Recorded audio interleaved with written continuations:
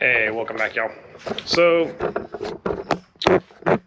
where we left off, hang on, got a little condensation going on there. Where we left off in the last video, I had got the fuel pump hanger assembly installed.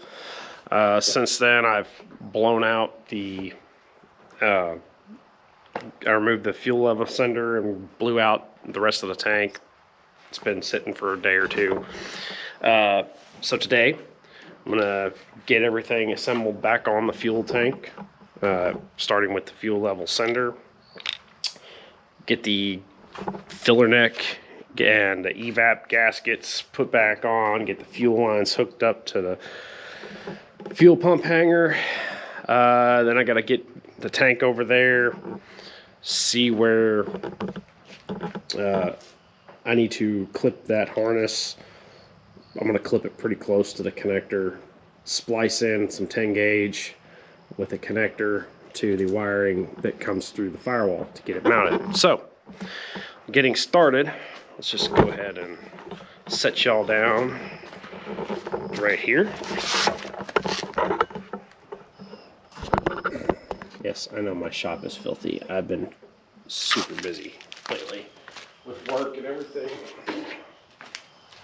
So putting the hanger in is pretty simple. Let me go ahead and get the gasket down on there. Just kind of got to snake it in there. Go.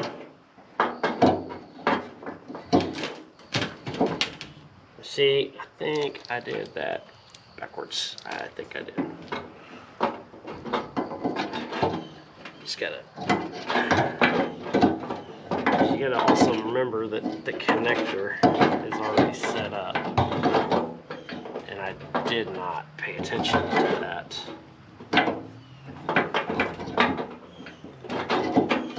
Hang on 1 second. There's no way it goes that way because it should hit the bottom of the tank.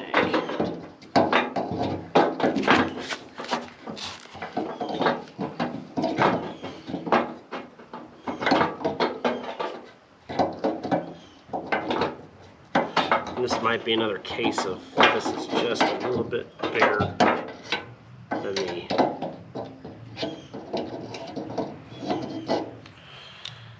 so when it's full, it should sit like this. Empty comes down here. The trick is getting that float to rest up in there so that I can get it seated.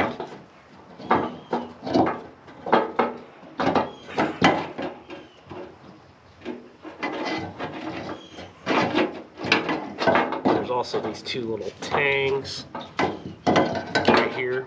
I don't know if you can see that. You get those nestled in there. I think one.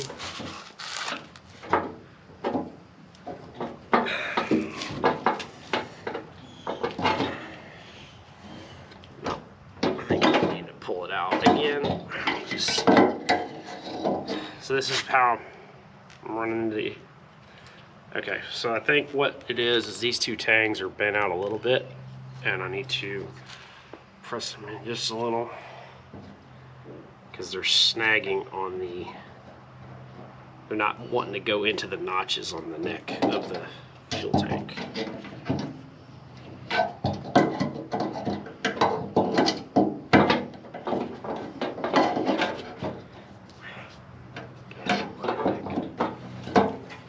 There we go. Just a little bit. Let's see if I can. Ah, look at that. This one wants to go in a lot easier.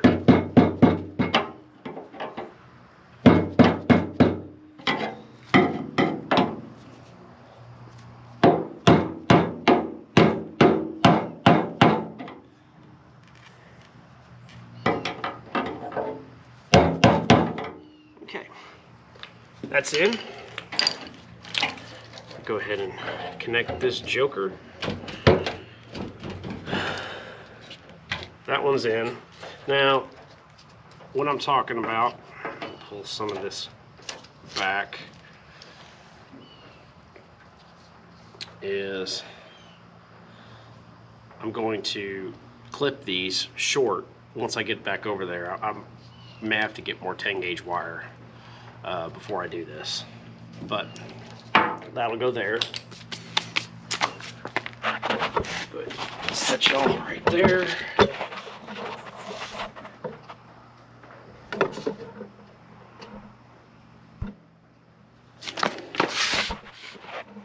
Sorry. So these gaskets, I'm going to get these in.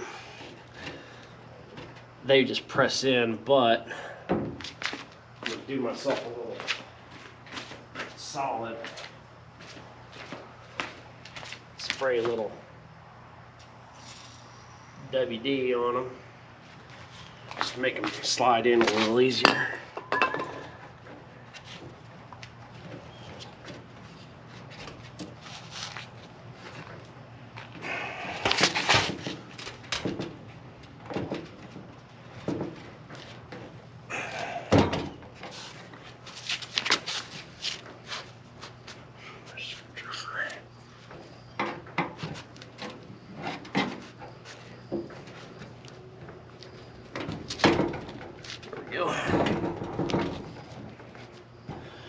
That's that one.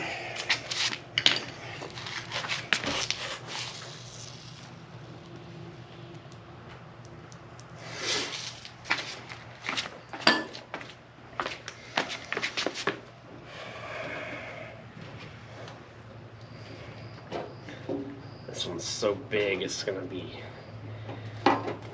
little bit more difficult, but not too bad.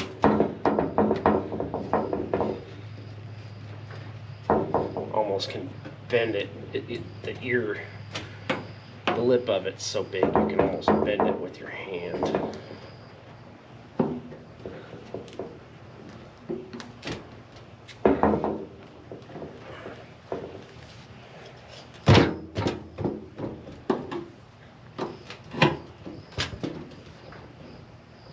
There.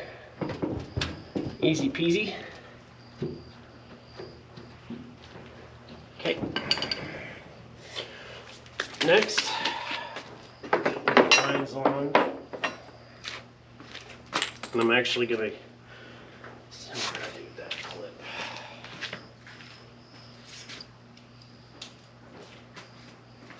The fuel pump install kit comes with a new clips and whatnot for these hoses. So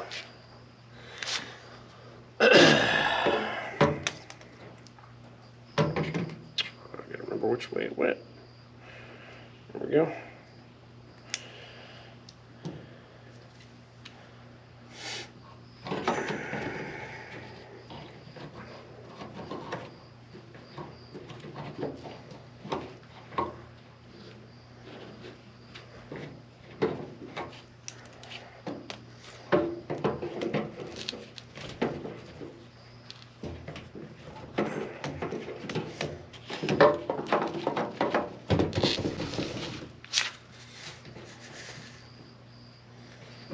Actually, I think that was the return. Hold on one second. Sorry. Just had to finagle it a little bit. These clips, they just push back in through two of the slots. I'm actually,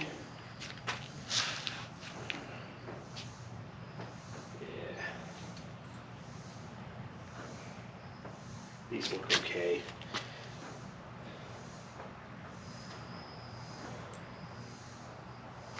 All right.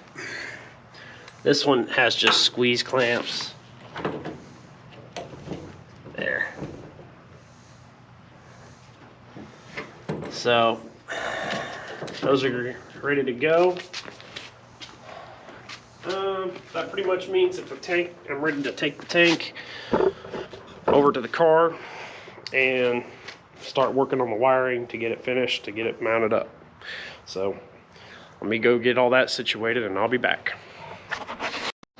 Okay, so been working and had honestly forgot to film this, but got the tank back over here. I went ahead and stabbed the power and negative wires through. There's gonna be plenty. I still gotta splice them. I need to go get some connectors. There's gonna be plenty that I can cut it plenty short on this. So anyway,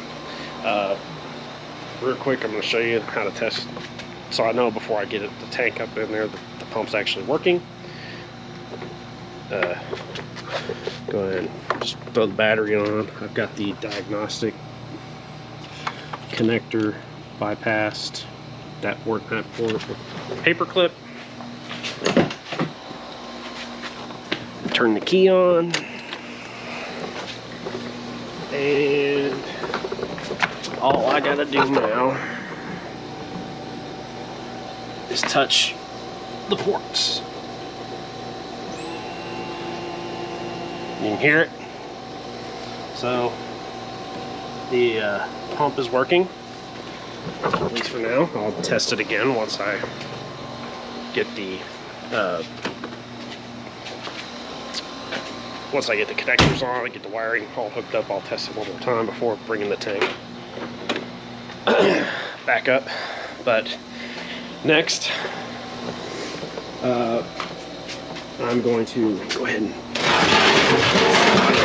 slide the tank back out the way. And what I'm going to show you I have to work on to move forward is I've got to get these damn J-nuts busted loose. Like you can see, this one completely broke through the sheet metal, which is not good. But I gotta finagle that out. That's probably gonna take some finagling to get out. Maybe a magnet. Yeah, there we go. And the other one is up in there too somewhere, but I'll get a magnet and get it out. And I got the new ones that I ordered. Put in and get ready. So give me just a few and I'll be back. Okay, so another thing I was gonna go ahead and show you is the fuel filter. I've already got the old one out. I'm gonna put the new one on. So this is gonna be kind of tight to show. I don't know if I can get the angle right, but it's right up in here. Fuel filter came with new clips for the lines, which I am going to go ahead and use. Put that one backwards. They just clip on like that. Okay. Fuel filter, the lip side is the side that goes towards the engine. Just stab one side on.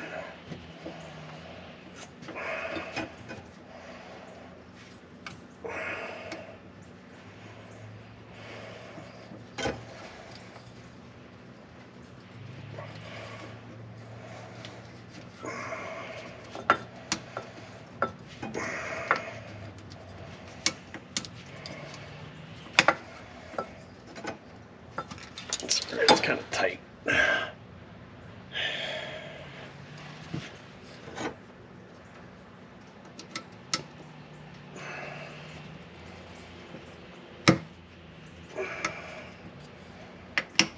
There we go. Now, just feed it in the bracket. Make sure you get the hose clamp around it. There, it's in there.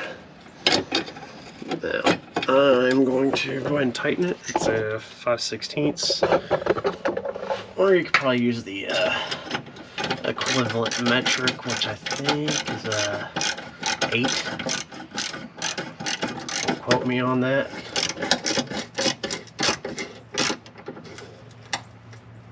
Okay.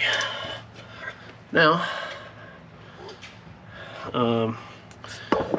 That's pretty much that. And at this point, kind of at a stopping point for the moment because I need to get some connectors. And once I do that, I'll get the wires spliced together, get them connected up, test the pump again. If it tests out okay, then I'll start putting the tank back in the car. So I'll be back in a little bit. Okay, so really, in reality, about 5 minutes worth of work. However, it's been several hours because I had to take care of a lot of other things today. So got the connectors all connected back up. I'm gonna go ahead and plug the battery in. Still got the diagnostic port connected. And as you can see, what I've done, I took some 10 gauge butt splices for the power negative, and then some 14 gauge butt splices for the wiring harness side. Cut them there, heat shrinked them. So I'm gonna go turn the key on, let y'all hear the pump.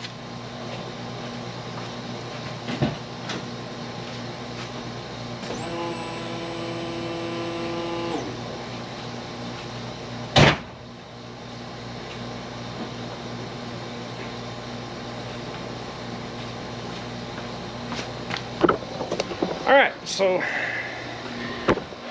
definitely proves that whatever was going on with this car was most likely just gunked up, you know, from that nasty rusted up setup in the fuel hat there before. Pump was probably just gunked up and clogged and wouldn't run. However, I got a running pump now, so next I'm going to get my helper out. We're going to get the tank lifted up since he helped me drop it the other day.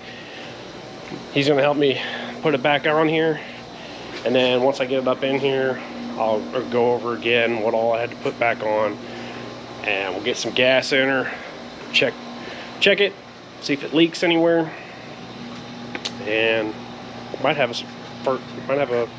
startup video after that. So I'll be back in a little bit.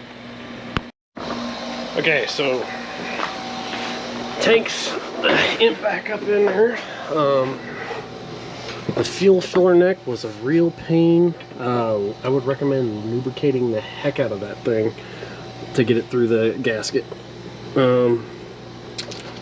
Also had to fight it multiple times trying to get past the air motive wiring.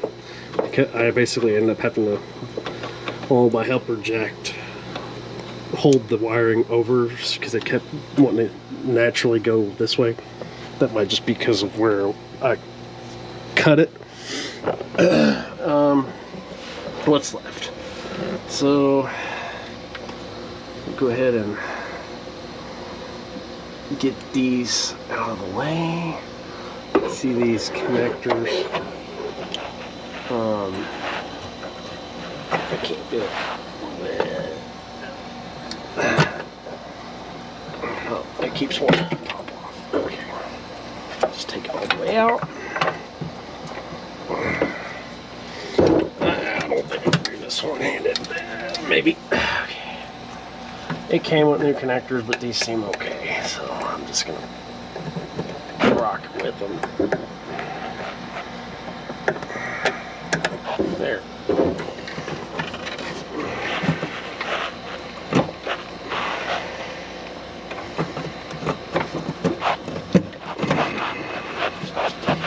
Okay, fuel lines are in. So, you see I got the new bolts with J-nuts, fuel line, or connectors, new fuel filter. What's left? Basically, I gotta get that one bolt for the filler neck there, the gasket, the 4 gasket bolts, and then the 3 for the gasket area. So, let me get to that, and I'll be back.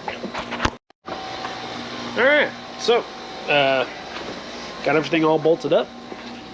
Got, you know, the 5/16 bolt for that bracket that holds the tube still, the 4 gasket bolts underneath there, the the gas cap gaskets. Put about 3 gallons in her. Got the battery hooked up. So next, I just set all this on my creeper, and I need to get up under the car because I'm going to turn the key on and check for leaks. So theoretically, all things when it's planned, yep, there's a leak there. So I already see it. That's not good. So,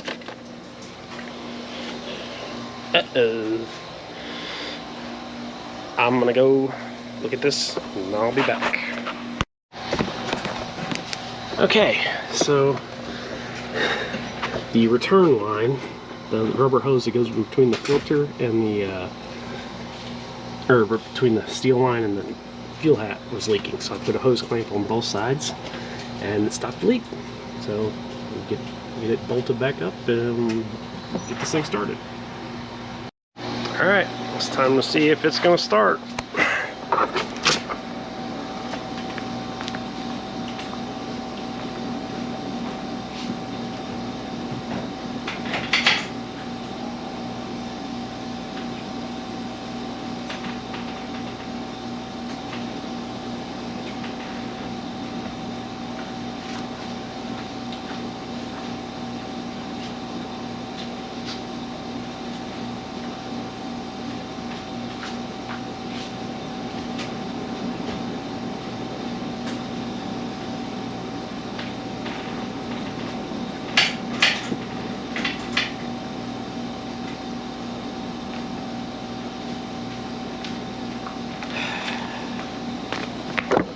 Well, that's no good. I'll be back. Gotta figure out why it's not cranking. Well, good old screwdriver on the solenoid got her to crank, so I might have a bad solenoid now. Which is weird because it cranked fine before, but you know, you just, you know, right there, jump on the 2 posts. She cranked right up.